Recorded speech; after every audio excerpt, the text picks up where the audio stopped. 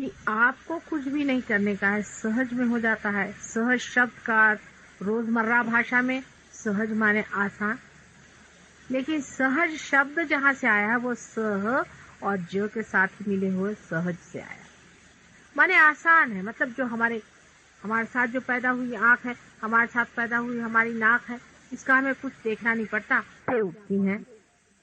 इस कारण उसमें कोई भी प्रतिबिंब पूरा नहीं पड़ता। पर अगर कोई ऐसा सरोवर हो कि जिसके अंदर कोई भी लहर उठ नहीं रही, तो उसके चारों तरफ फैला हुआ उसका सौंदर्य पूरा की पूरा अंदर प्रतिबिंबित होता है। इतना ही नहीं, पर पूरा तादाद हो पाता है। इसी तरह से जब आप किसी भी सुंदर दृश्य को देखेंगे, परमात्मा की रचना की ओर दृष्टि करेंगे, आप निर्विचार हो जाइए। निर्विचार होते ही उसके अंदर की जो आनंद शक्ति है वो आपके अंदर पूरी प्रतिबिंबित होगी। इतना ही नहीं, आप उसे पूरी तरह से तादाद में पालेंगे। इसी तरह से संगीत, अनेक विध परमात्मा ने आपके लिए श्रृंगार सजाया, अत्यंत सौंदर्य चारों तरफ फैला हुआ। उस सौंदर्य के सूत्र ही पे उतरने से आपके अंदर आनंद की उत्पत्ति हो जाए, और उस आनंद को आप लूटने ही के लिए पैदा हुए हैं, अपने को बेकार में दुखी बनाने की कोई जरूरत नहीं। इस पर से बहुत लोगों ने ये भी पूछा है कि हमें अब आगे क्या करना होगा। अब क्या करना होगा, सिर्फ देखना होगा।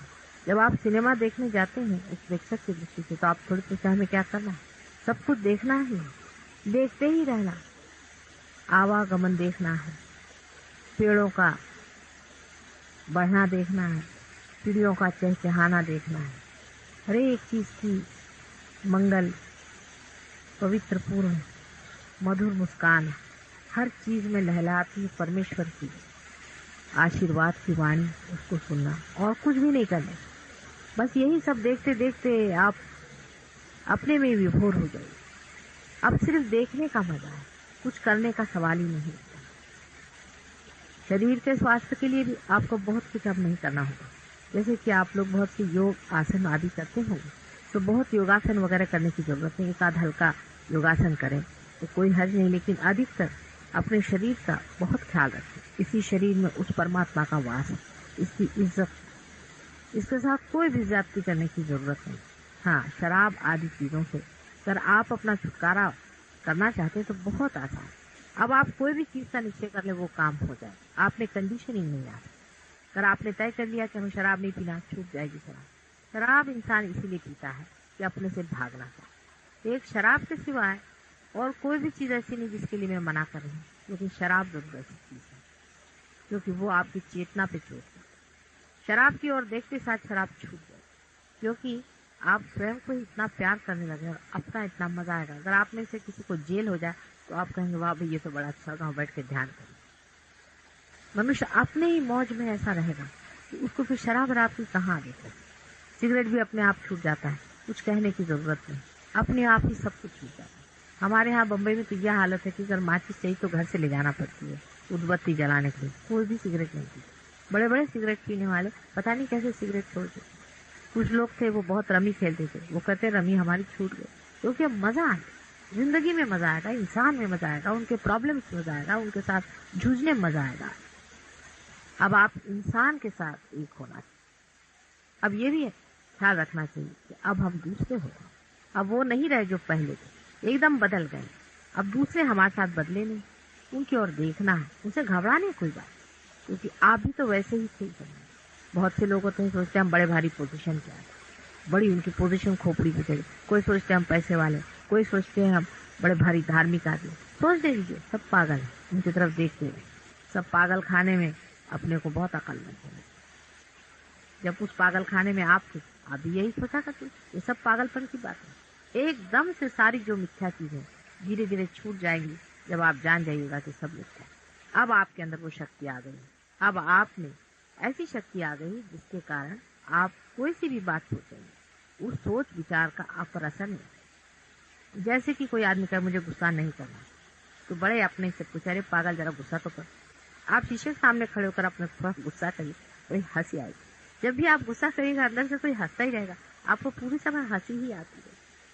गुस्से में आप लपटिएगा, लपट नहीं सकते। किसी भी चीज में आप लपट नहीं सकते। सभी चीज, काम, क्रोध, मद, मत्सर आदि सब चीजें जो है वो इस विषय की एक अपनी एक खेल है, उसे आप देखते रहे। उसका एक खेल है, उसे आप देखते रहे। आप दूर हैं, आप दूर से उसे देखते, क्योंकि आप जो पहले बाहर थे वो नहीं रहे और अब आप अंदर। प्रयत्न यही करना है कि अपने को अंदर रखें, बाहर दूसरों से बात करते वक्त भी अंदर रहें, माने निर्विचार। किसी से भी बात करें, किसी से भी कुछ कहना हो, पहले निर्विचार हो जाए। निर्विचार होते ही आप उनके अंदर उतर जाते, फौरन उनका भी रंग बदल जाएगा और आपका तो बदला हुआ है।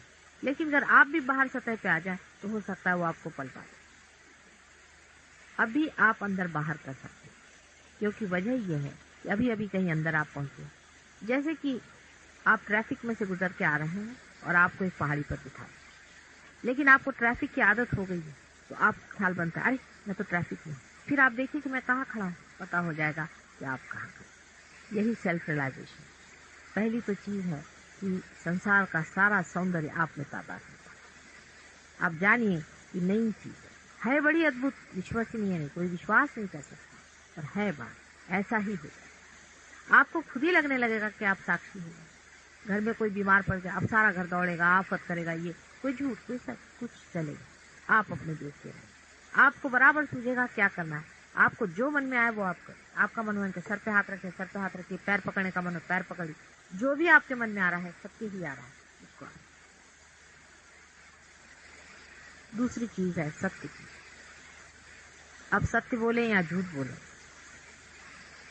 झूठ क्या सत्य क्या, बहुत सा सत्य जो होता है यही बनाया हुआ सत्य, मनुष्य ने बनाया हुआ सत्य कोई सत्य नहीं है। बहुत बार बहुत सा जो झूठ दिखाई देता है वो महान सत्य होता है। इसलिए उसका निर्णय आप मत लीजिए, आप सिर्फ बोलिए। आप अपनी निर्विचारता पर बोले, आप अपनी स्थिति पर बोले। लोगों से डंके की चोट पर कहना पड़ेगा कि हाँ ये चीज है, यही सत्य है, यही होना चाहिए, इसमें डरने की कोई बात नहीं। दिखने के लिए वो शायद लोगों को झूठ लगे, लोग आप पर हंस भी सकते हैं। हम पूना में गए थे, वहां के कुछ ऐसे महामूर्ख लोग थे, उन्होंने पेपर में तक निकाला ये लोग जो हाथ से ऐसे ऐसे माता जी कर रही थी तो वो सबको मेस्मराइज। तो उनको एक साहब ने सवाल पूछा वहां पर कि आप उनको क्या जरूरत पड़ी मेस्मराइज करने, और उनको कोई धंधा नहीं। कहले हम तो मेस्मराइज नहीं हो सकते, कहले आप हो भी नहीं सकते, उनके तरह का मेस्मराइज होना कठिन है। इसलिए तरह तरह के लोग हैं दुनिया में जिनको समझ नहीं, क्योंकि आपके अंदर ये चैतन्य आ गया, आपके अंदर से बह रहा, आपने इसे देखा हुआ, इसकी पुष्टि की आपको जरूरत है, लेकिन आपको तेजस्विता नहीं पा रही। यही आप में और बड़े बड़े साधु संतों में यही अंतर, आप में वो तेजस्विता भी पाई नहीं जो प्रखर होती है, जो अपने सत्य पे अटूट खड़ी रहती है, जो डरती नहीं दुनिया से कहने के लिए कि यही सत्य, बाकी सब असत्य और मिथ्या है। वो क्राइस्ट जैसे आदमी के अंदर, वो कृष्ण के अंदर, और आज भी बहुत बड़े बड़े संत साधुओं में ये चीज पाई जाती है। वो आप आदि शंकराचार्य में पाई, आप उनकी पुष्टि के लिए आप उनकी किताबें पढ़ें। अब नए सिरे से आप पढ़िए, आप नए सिरे से गीता पढ़ें, नए सिरे से आप बाइबल पढ़ें। उसमें आप देखिएगा कि आपकी हर एक बात को पुष्टि देने वाली चीजें उसमें, लेकिन आप स्वयं पुष्ट हैं। आपको कोई जरूरत नहीं कि कोई आपको ही सपोर्ट करता रहे, कि आपको कोई सहारा दे। आप स्वयं अपने सहारे पे खड़ा होना जैसे शुरू कर देंगे, एकदम प्रकाश। इसमें कोई शर्माने की बात नहीं, इसमें कुछ घबराने की बात नहीं। हमारे यहाँ ऐसे लोग देखती हूँ मैं, एक में घर के अंदर एक आदमी हो जाता है, वो फिर किसी से बात कहता नहीं, अंदर छुपा लेता। बाइबल में कहा जाता है कि दिया नीचे नहीं रखा जाता, टेबल के नीचे नहीं दिया रखा जाता है, किसी ऊंचे स्थान पर दिया रखना चाहिए। अगर आप वाकई दीपक हो गए, ऊंचे स्थान पर बैठ करके सबको प्रकाश दें। सब धर्मों का प्रकाश यही है। आप चाहे किसी भी धर्म हो, आप उठा के देखिए। आप सिखों को धर्म को मानते हैं, उठा के देख लीजिए, अगर कहीं पर भी ये बात न दिखती है, अगर झूठ बात कोई है। आप किसी भी धर्म की किताब देख लीजिए, सब किताबों में आपसे पुष्टि के लिए बड़े बड़े लोगों ने लिखा था। आप श्लोक पे श्लोक कह सकते हैं, आप कुरान की आयत कह सकते हैं, सब इसी चीज